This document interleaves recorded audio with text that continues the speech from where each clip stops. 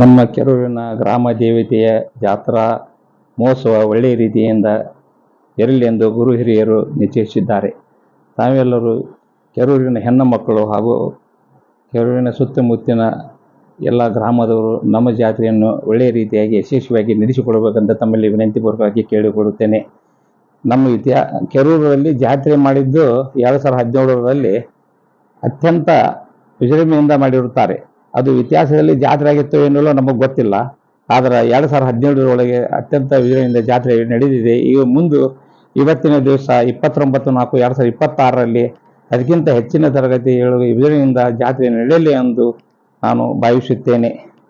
ಎಲ್ಲರೂ ಗುರು ಹಿರಿಯರು ಬಂದು ಜಾತ್ರೆಯನ್ನು ನಡೆಸಿಕೊಡಬೇಕೆಂದು ತಮ್ಮಲ್ಲಿ ವಿನಂತಿಪೂರ್ವಕವಾಗಿ ಕೇಳಿಕೊಳ್ಳುತ್ತೇನೆ. ಎಲ್ಲ ಹೆಣ್ಣು ಮಕ್ಕಳು ಬಂದು ಶುಕ್ರವಾರ ದಿವಸ ಉಡಿ ತುಂಬುವ ಕಾರ್ಯಕ್ರಮ ಇರುತ್ತದೆ.